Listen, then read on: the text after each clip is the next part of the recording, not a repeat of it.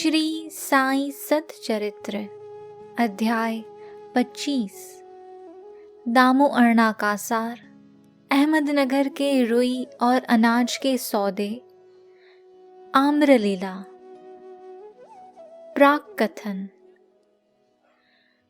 जो अकारण ही सभी पर दया करते हैं तथा समस्त प्राणियों के जीवन व आश्रय दाता है, जो पर ब्रह्म के पूर्ण अवतार है, ऐसे अहेतुक दया सिंधु और महान योगी राज के चरणों में साष्टांग प्रणाम कर अब हम यह अध्याय प्रारंभ करते हैं। श्री साईं की जय हो। वे संत चूड़ामणि, समस्त शुभ कार्यों के उद्गम स्थान और हमारे आत्माराम तथा भक्तों के आश्रयदाता है। हम उन साईनाथ की चरण वंदना करते हैं जिन्होंने अपने जीवन का अंतिम ध्येय प्राप्त कर लिया है। श्री साईं बाबा अनिर्वचनीय प्रेम स्वरूप है। हमें तो केवल उनके चरण कमलों में दृढ़ भक्ति ही रखनी चाहिए। जब भक्त का विश्वास दृढ़ और भक्ति परिपक्व हो जाती है तो उसका मनोरथ भी शीघ्र ही सफल हो जाता है। जब हेमाड पंत को साईं चरित्र तथा साईं लीलाओं के रचने की तीव्र उत्कंठा हुई तो बाबा ने तुरंत ही वह पूर्ण कर दी। जब उन्हें स्मृति पत्र यानी कि नोट्स इत्यादि रखने की आज्ञा हुई तो हेमाड पंत में स्फूर्ति, बुद्धिमत्ता, शक्ति तथा कार्य करने की क्षमता स्वयं ही आ गई। वे कहते हैं कि मैं इस कार्य के सर्वदा अयोग्य होते हुए भी श्री साईं के शुभाशीर्वाद से इस कठिन कार्य को पूर्ण करने में समर्थ हो सका। फलस्वरूप यह ग्रंथ श्री साईं सच्चरित्र आप लोगों को उपलब्ध हो सका, जो एक निर्मल स्रोत या चंद्रकांतमणि के ही सदृश है, जिसमें से सदैव साईं लीला रूपी अमृत जरा करता है ताकि पाठकगण जी भरकर उसका पान करें। जब भक्त पूर्ण अंतःकरण से श्री साईं बाबा की भक्ति करने लगता है तो बाबा उसके समस्त कष्टों और दुर्भाग्यों को दूर कर स्वयं उसकी रक्षा करने लगते हैं। अहमदनगर के श्री दामोदर सावलकर रास ने कासार की निम्नलिखित कथा उपर्युक्त कथन की पुष्टि करती है। दामू अरना।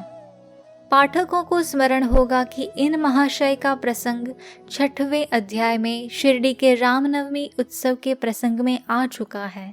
ये लगभग सन 1894 में शिरडी पधारे थे, जब रामनवमी उत्सव का प्रारंभ भी हुआ था, और उसी समय से वे एक जरीदार बढ़िया ध्वज इस अवसर पर भेंट करते तथा वहां एकत्रित गरीब भिक्षुकों को भोजन आदि कराया करते थे।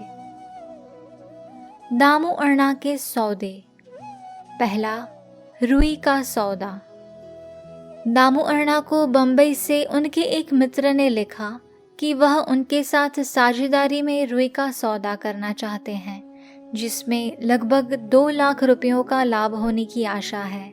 भक्तों के अनुभव भाग 11 पृष्ठ 75 के अनुसार सन 1936 में नरसिंह स्वामी को दिए गए एक वक्तव्य में दामू अरना ने बतलाया कि रुई के सौदे का यह प्रस्ताव बंबई के एक दलाल ने उनसे किया था, जो कि साझेदारी से हाथ खींचकर मुझ पर ही सारा भार छोड़ने वाला था। दलाल ने लिखा था कि धंधा अति उत्तम है और हानि की कोई आशंका नहीं। ऐसे स्वर्णिम अवसर को हाथ से न खोना चाहिए। दामू अरना के मन में नाना प्रकार के संकल्प विकल्प उठ रहे थे, परंतु स्वयं कोई निर्णय करने का साहस वे न कर सके। उन्होंने इस विषय में कुछ विचार तो अवश्य कर लिया, परंतु बाबा के भक्त होने के कारण पूर्व विवरण सहित एक पत्र श्यामा को दूसरे ही दिन मिल गया, जिसे दोपहर के समय मस्जिद में जाकर उन्होंने बाबा के समक्ष रख दिया। श्यामा से बाबा ने पत्र के संबंध में पूछताछ की। उत्तर में श्यामा ने कहा कि अहमदनगर के दामू अरना कासार आपसे कुछ आज्ञा प्राप्त करने की प्रार्थना कर रहे हैं। बाबा ने पूछा कि वह इस पत्र में क्या लिख रहा है और उसने क्या योजना बनाई है। मुझे तो ऐसा प्रतीत होता है कि वह आकाश को छूना चाहता है। उसे जो कुछ भी भगवत कृपा से प्राप्त है वह उससे संतुष्ट नहीं है। अच्छा, पत्र पढ़कर सुनाओ। श्यामा ने कहा, जो कुछ आपने अभी कहा वही तो पत्र में भी लिखा हुआ है। हे देवा, आप यहाँ शांत और स्थिर बैठे रहकर भी भक्तों को उद्विग्न कर देते हैं, और जब वे अशांत हो जाते हैं तो आप उन्हें आकर्षित कर किसी को प्रत्यक्ष तो किसी को पत्रों द्वारा यहाँ खींच लेते हैं। जब आपको पत्र का आशय विदित ही है तो फिर मुझे पत्र पढ़ने को क्यों विवश कर रहे हैं? बाबा कहने लगे कि श्यामा, तुम तो पत्र पढ़ो, मैं तो ऐसे ही अनाप शनाप बकता हूँ, मुझ पर कौन विश्वास करता है? तब श्यामा ने पत्र पढ़ा और बाबा उसे ध्यानपूर्वक सुनकर चिंतित हो कहने लगे कि मुझे ऐसा प्रतीत होता है कि सेठ दामू अण्णा पागल हो गया है। उसे लिख दो कि उसके घर किसी वस्तु का अभाव नहीं है, इसलिए उसे आधी रोटी में ही संतोष कर लाखों के चक्कर से दूर ही रहना चाहिए। श्यामा ने उत्तर लिखकर भेज दिया, जिसकी प्रतीक्षा उत्सुकतापूर्वक दामू अण्णा कर रहे थे। पत्र पढ़ते ही लाखों रुपयों के लाभ होने की उनकी आशा पर पानी फिर गया। उन्हें उस समय ऐसा विचार आया कि बाबा से परामर्श कर उन्होंने भूल की है, परंतु श्यामा ने पत्र में संकेत कर दिया था कि देखने और सुनने में फर्क हुआ करता है, इसलिए श्रेयस्कर तो यही होगा कि स्वयं शिरडी आकर बाबा की आज्ञा प्राप्त करो। बाबा से स्वयं अनुमति लेना उचित समझकर वे शिरडी आए। बाबा के दर्शन कर उन्होंने चरण सेवा की, परंतु बाबा के सम्मुख सौदे वाली बात करने का साहस वे न कर सके। उन्होंने संकल्प किया कि यदि उन्होंने कृपा कर दी तो इस सौदे में से कुछ लाभांश उन्हें भी अर्पण कर दूंगा। यद्यपि यह विचार दामू अण्णा बड़ी गुप्त रीति से अपने मन में कह रहे थे, तो भी त्रिकालदर्शी बाबा से क्या छिपा रह सकता था। बालक तो मिष्ठान्न मांगता है, परंतु उसकी माँ उसे कड़वी औषधि देती है, क्योंकि मिठाई स्वास्थ्य के लिए हानिकारक होती है, और इस कारण वह बालक के कल्याणार्थ उसे समझा बुझाकर कड़वी औषधि पिला दिया करती है। बाबा एक दयालु माँ के समान थे। वे अपने भक्तों का वर्तमान और भविष्य जानते थे, इसलिए उन्होंने दामू अण्णा के मन की बात जानकर कहा कि बापू, मैं अपने को इस सांसारिक झंझटों में फंसाना नहीं चाहता। बाबा की अस्वीकृति जानकर दामू अण्णा ने यह विचार त्याग दिया। 2. अनाज का सौदा। तब उन्होंने अनाज, गेहूं, चावल आदि अन्य वस्तुओं का धंधा आरंभ करने का विचार किया। बाबा ने इस विचार को भी समझकर उनसे कहा कि तुम रुपये का 5 सैर खरीदोगे और 7 सैर को बेचोगे। इसलिए उन्हें इस धंधे का भी विचार त्यागना पड़ा। कुछ समय तक तो अनाजों का भाव चढ़ता ही गया और ऐसा प्रतीत होने लगा कि संभव है बाबा की भविष्यवाणी सत्य निकले। परंतु 2-1 मास के पश्चात ही सब स्थानों में पर्याप्त वृष्टि हुई, जिसके फलस्वरूप भाव अचानक ही गिर गए, और जिन लोगों ने अनाज संग्रह कर लिया था उन्हें यथेष्ट हानि उठानी पड़ी। पर दामू अण्णा इस विपत्ति से बच गए। यह कहना व्यर्थ न होगा कि रुई का सौदा, जो कि उस दलाल ने अन्य व्यापारी की साझेदारी में किया था, उसमें उसे अधिक हानि हुई।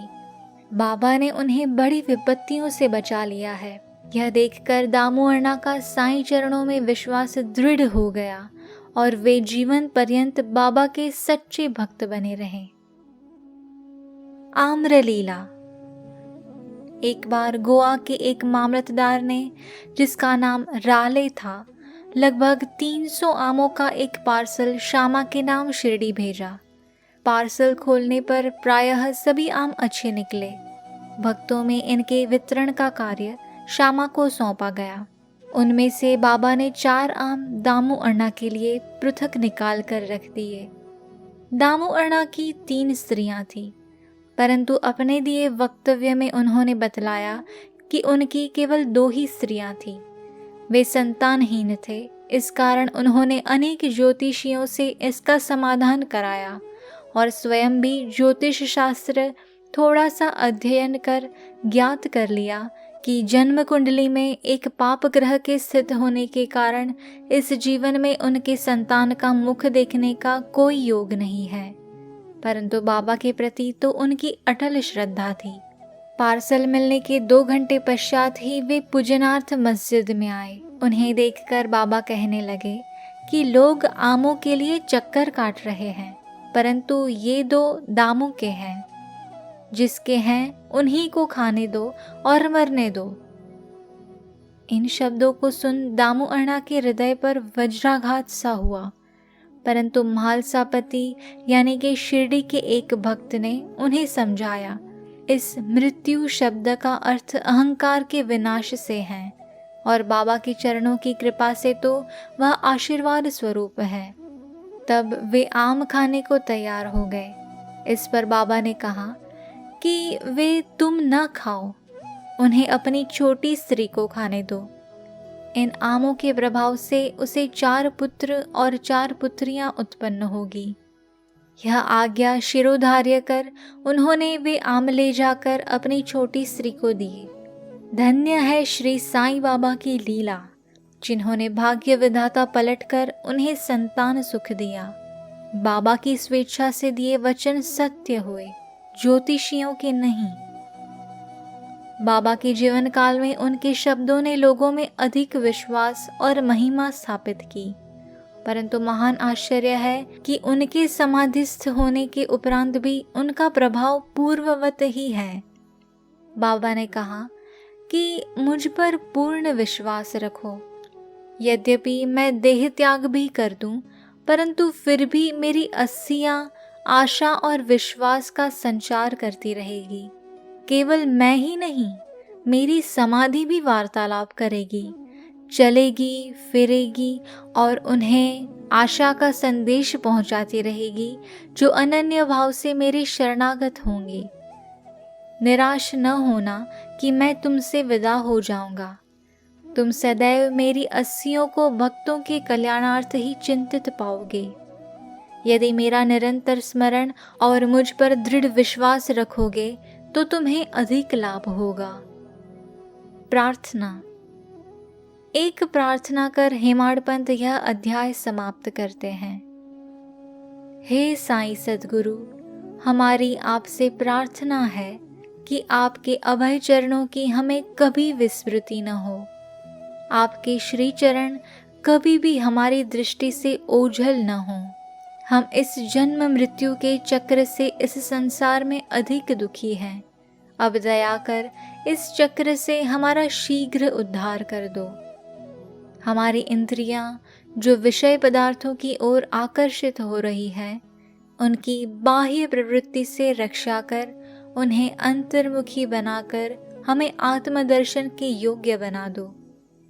जब तक हमारा इंद्रियों की बहिर्मुखी प्रवृत्ति और चंचल मन पर अंकुश नहीं है, तब तक आत्म साक्षात्कार की हमें कोई आशा नहीं है। हमारे पुत्र और मित्र कोई भी अंत में हमारे काम न आएंगे। हे साईं, हमारे तो एकमात्र तुम ही हो जो हमें मोक्ष और आनंद प्रदान करोगे। हे प्रभु, हमारी तर्क वितर्क तथा अन्य कुप्रवृत्तियों को नष्ट कर दो। हमारी जिह्वा सदैव तुम्हारे नाम स्मरण का स्वाद लेती रहे। हे साईं, हमारे अच्छे बुरे सब प्रकार के विचारों को नष्ट कर दो। हे प्रभु, कुछ ऐसा कर दो कि जिससे हमें अपने शरीर और गृह में आसक्ति न रहे। हमारा अहंकार सर्वथा निर्मूल हो जाए और हमें एकमात्र तुम्हारे ही नाम की स्मृति बनी रहे तथा शेष सबका विस्मरण हो जाए।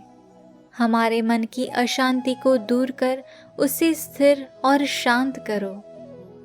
हे साईं, यदि तुम हमारे हाथ अपने हाथ में ले लोगे तो अज्ञान रूपी रात्रि का आवरण शीघ्र दूर हो जाएगा और हम तुम्हारे ज्ञान प्रकाश में सुखपूर्वक विचरण करने लगेंगे।